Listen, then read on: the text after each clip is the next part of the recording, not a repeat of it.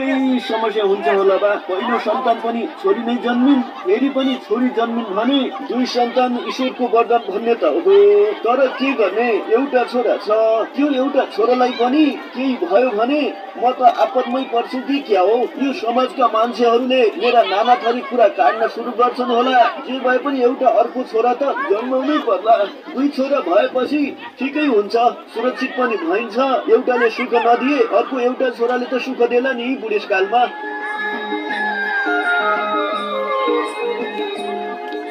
हेर बुढा, मलाई त साह्रै डर लाग्न पो थाल्यो त बुढा। यो समय भनेको सातकालसँग लड्नुपर्ने अवस्था पनि हो।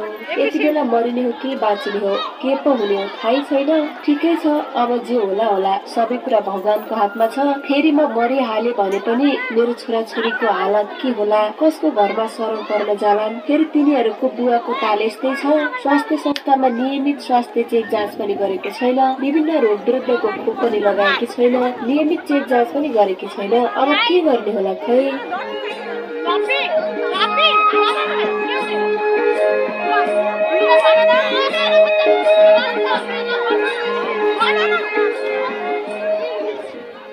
बुढी, तिम्रो बच्चा जन्मिने बेलाको महिना पनि आउनै लाग्यो। तिमीले यति बेला छोरा जन्माउनु पर्छ है। होइन बुढा, यो के भनेको भने के, मैले जे जन्माए पनि, छोरा जन्माए पनि छोरी जन्माए पनि यो जन्माउनु पर्छ भन्ने हो त। भगवानले के दिन्छ के थाहा। म के भन्नु बुढा, जे छ भगवानकै हातमा छ। हामीले भनेर केही पनि हुँदैन, छोरा हुन्छ कि छोरी हुन्छ। ल त्यसो भए ठिकै छ बुढी, अब सुतौँ। भोलि बिहानै उठेर खेतमा पानी हाल्न जानुपर्छ। भोलि पानी पालो त हाम्रै हो नि, फेरि पानी पाइएन भने निकै गाह्रो हुन्छ। अर्को महिना पर ल बुढा, भोलि पानी पालो हाम्रै हो, बिहानै उठेर खेतमा पानी हाल्न जानुपर्छ। सुतौ, भोलि अबेरसम्म सुत्यो भने फेरि पानी नै नपाइएला।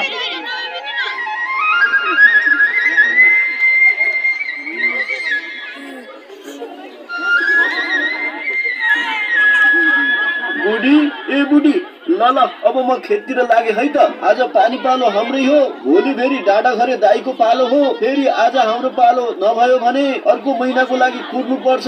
फेरि गाह्रो हुन्छ, सुकिहाल्छ, अरू बाली पनि सुकिहाल्छ, निकै समस्या हुन्छ बुढी। म त गएँ है। हुन्छ बुढा, आज मलाई सन्चो पनि छैन, छिटो आउनु होला है त। त्यो भित्र कुनामा कोदालो पनि राखेको छ, ल्याउ त। ए ल कोदालो लिनुहोस्, भरे छिटो आउनु होला है। नाइ बुढी, आज मेरो आउने काम ढिलो हुन्छ होला। पछि एम्मायासँग 2 रोटी पठाइदिनु है। खेतमा पानी लगाइसकेपछि मात्र आउँछु नि, ढिलो हुन्छ होला। ल बुढा, पानी लगाइसकेर छिट्टो आउनु होला है। आज मलाई अलिकति सन्चो छैन के। हुन्छ बुढी, चिन्ता नगर, छिटै आइहाल्छु नि। आफ्नो ख्याल गर्नु है।